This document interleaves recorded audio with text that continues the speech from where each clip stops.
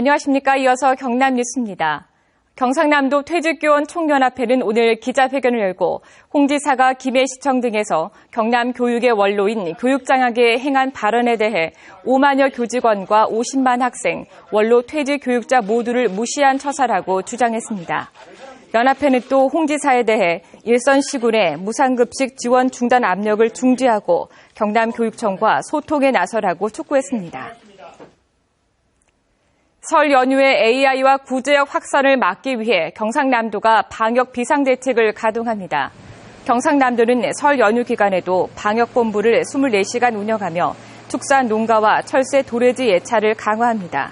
경상남도는 주요 도로에 차량 소독시설 38곳과 통제 초소 22곳을 가동해 귀성 차량 소독과 이동을 통제합니다. 야생 철새가 AI 전파원으로 지목됨에 따라 철새 도래지 탐방은 연휴에도 통제합니다. 밀양 나노융합 국가산업단지 조기 조성을 지원하기 위한 민관추진협의회가 출범했습니다.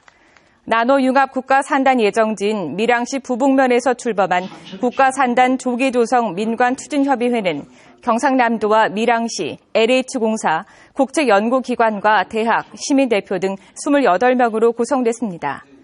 밀양 나노융합 국가산단은 기계, 화학, 바이오, 전자, 의생명 등을 연계 산업으로 2만 8천 명의 고용 유발 효과가 있을 것으로 예상하고 있습니다.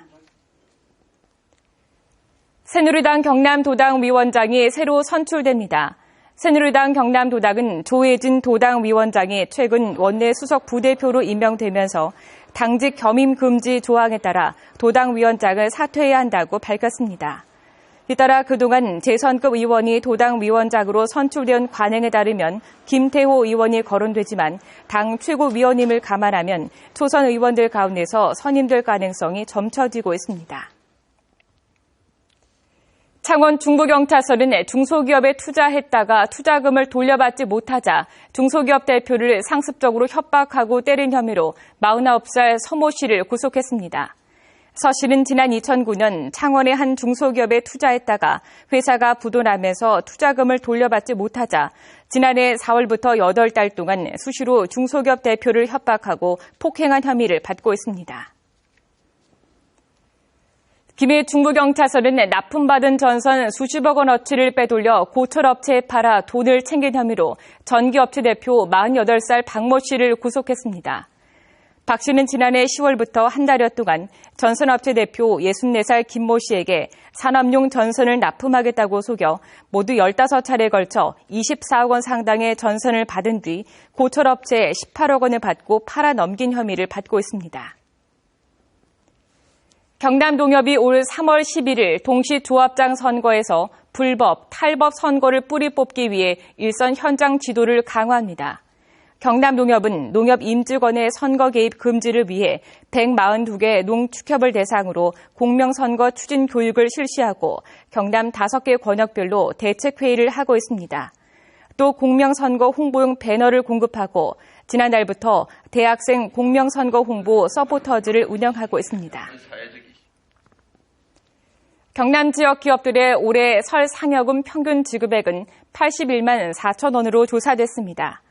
경남 경영자 총협회가 경남 123개 기업을 대상으로 조사한 결과 올해 설 연휴는 지난해보다 0.86일이 늘어난 평균 4.78일로 나타났고 설 상여금은 지난해보다 1.1%가 증가한 81만 4천 원으로 나타났습니다. 설 상여금을 지급하는 기업은 90.3%로 지난해보다 3.6%가 증가했습니다. 경남 지역 중소기업의 체감 경기가 2달 연속 하락했습니다. 중소기업 중앙회 경남본부가 경남 지역 115개 업체를 대상으로 2월 경기 전망 조사를 한 결과 업황 전망 건강도 지수가 지난달보다 3.4포인트 하락한 89.6포인트로 나타나 2달 연속 하락했다고 밝혔습니다. 상시 근로자 50인 이하 소기업과 일반 제조업의 업황 전망이 나빠졌고 설 연휴에 따른 조업일수 감소가 원인으로 분석됐습니다. 마산 어시장 해안가 상인들이 방제 언덕 공사와 동시에 활어 수조용 바닷물의 공급 방식 개선을 요구하고 있습니다.